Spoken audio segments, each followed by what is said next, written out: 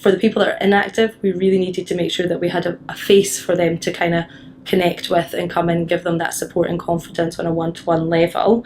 I think the social aspect is important because it makes people feel like they're not alone, so that the people they are there with are in the exact same situation. So there's a bit of camaraderie there for a start. And then when we do the classes, there's banter, it's fun, it's not exercise like you perceive exercise to be. There's a bit of chat, there's a bit of fun, there's a bit of teasing, and it makes them feel a lot more like they belong. So I think that's got a huge importance to it.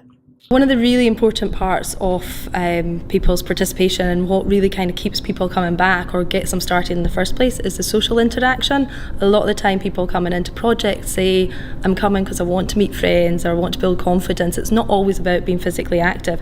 So it is really important right from that first day that they feel that they can make a connection with their supervisor or instructor or activity leader. So just having a sit down with somebody to welcome them into the programme, taking the time to introduce them to the other people in the group as well, and encouraging teas and coffees at the end of sessions are always really key, vital ones.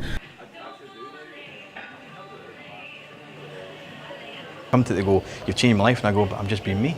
All I'm doing is I'm just being general, keeping you being nice, relaxed, understand where you're coming from. You want the help, I'm going to give you the help, and it's all about we changes. So if you come and say, I'm not really up to the gym today, well, you fancy going for a walk?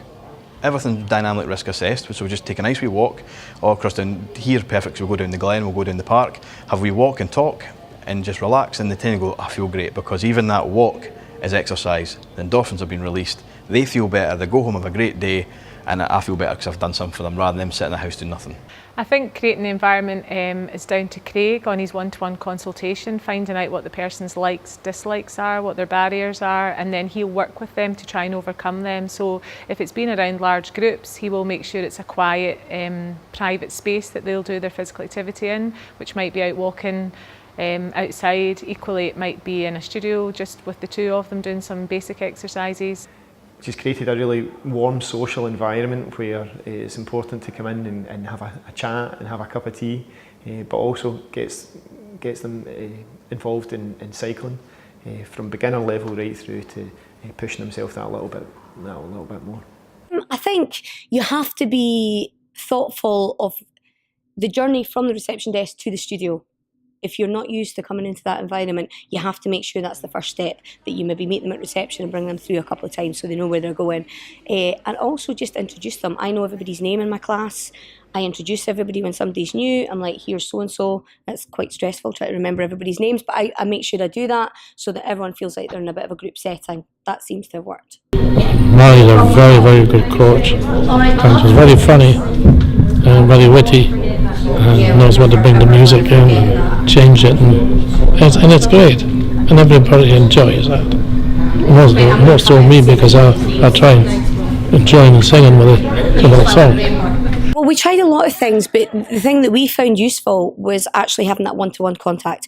When we started the job role with my colleague going out into community and making the contacts with various groups, and then me sitting in the venues and meeting the people. And so I would phone them, I would speak to them on the phone, I'd maybe get rid of all their fears. They had a name, they had someone, I would stand at reception desk, I would wait for them, so they knew they were coming into a venue and actually somebody was going to be there for them. That was how we overcame the barrier in the first place.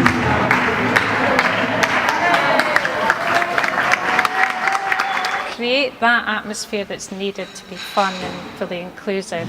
You have to firstly make sure that all the games are accessible to everyone, so they have to be able to compete whether they're in a wheelchair, they're unsteady on their feet, but it still has to be